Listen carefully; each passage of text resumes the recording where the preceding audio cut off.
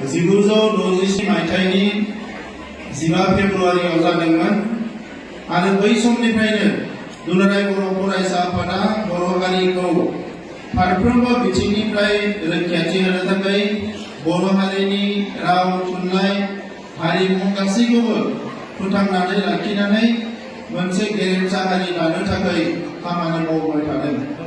नाथाय जेब्ला 1987 मायथाइनि समाव बड'फा उपेन्द्रनाथ ब्रह्मआ एबसुनि आफादगिरि जाखांनानै आलादा रायजोनि थाखाय सोमावसारबाय, बै समनिफ्राय एबसुआ आरोबाव गोख्रोंसिन महर मोनबाय।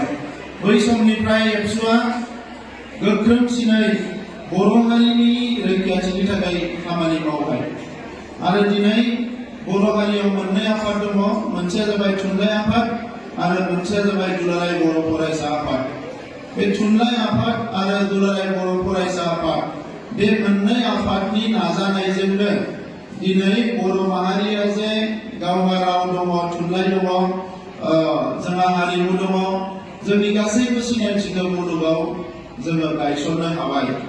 मुलुगाव गुबुन गुबुन हारिफ्रा जेरै गावबा गाव आखुथाय थायो, गावबा गाव माखासे मा होनो बेखौ हारिमुआरि बिथिंफोर थायो, जोंनि हारियाबो बेफोर बिथिङा जोंनि हारियावबो दङ।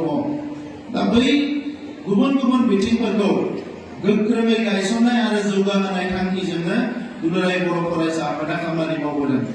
सोलोंथाइनि फारसे सांग्रांथि खालामनाय, रांखान्थिनि फारसे सांग्रांथि खालामनाय, समाजारि फारसे सांग्रांथि खालामनाय, जौ जुवा बायदिसिना फेग्रा मुवा जानायनिफ्राय हारिखौ गोजानाव लांनाय, बे गासैबो बाथ्राफोरखौ दुलाराय बर' फरायसा आफादानो फोरोंबोदों।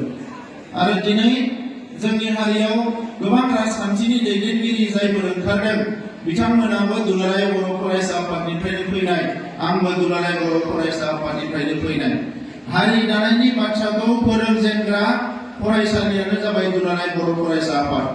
जोङो जोनोम जानानै न'खराव जोंनि आइ आफा, न'खरनि बाय बाहागिफोरजों थानानै जोङो सोलियो आरो जोंनि समाजखौ जोङो सिनायो।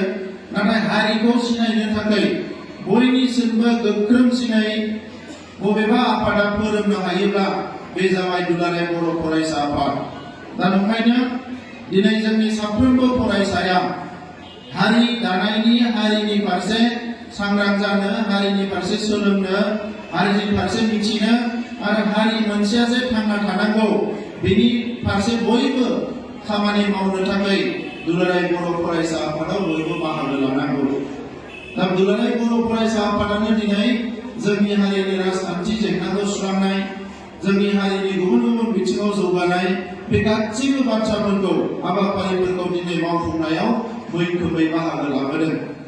दा बेनिखायनो दुलाराय बर' फरायसा आफादाव जों बयबो बाहागो लानांगोन आरो दुलाराय बर' फरायसा आफादखौ अराय सम गोख्रों खालामनानै लाखिनांगोन। जोंनि हारियाव गोबां आफाद फैदों आरो थांदों, बबेबा मोनसे आयदाखौ लानानै, बबेबा थांखिखौ लानानै एखम्बा जोंनि हारियाव आफादा जोनोम जायो। नाथाय बै हाबाफारिया मावफुंनाय लोगो लोगोनो बे आफादा गैया जायो। नाथाय दुलाराय बर' फरायसा आफाद आरो बर' थुनलाइ आफादा जेब्लायसिम गोख्रों जानानै थागोन, जोंनि हारिया अरायबो गोख्रों जानानै थागोन। दा बेनिखायनो बे मोननै आफादा जे स्वार्थ गैयाजासे निस्वार्थ भावे हारिनि थाखाय जे खामानि मावो, हारिनि थाखाय जे सेक्रिफाइस खालामो, हारिनि थाखाय जे डेडिकेटेडलि बिथांमोना गावखौनो बावसोमो, बे आखुथायखौ, बे केरेक्टारिस्टिक्सखौ जोङो बयबो लानो हायोब्ला बर' माहारिनि साफ्रोमबो बर' फिसाया जों फैबाय थानाय समाव गोख्रोंनिफ्राय गोख्रों जागोन हारिया। आं फरायसाफोरखौ खावलायनो सानदों जे दा आथिखालनि मुगाया बादायलायनायनि मुगा होनना बयबो मिथिगौ। नाथाय दिनैनि समाव जाय बांसिन मोजाङै फरायगोन बेनो मोजाङै जिउखौ खुंनो हागोन। मोनसे सम दङमोन जों स्कुलाव फरायबाय थायोब्ला जोंखौ गेदेर गोलावफ्रा होनोमोन जे घुस होनो हायाब्ला साख्रि मोननाय नङा, ओंखायनो फरायना लाब गैया होननानै।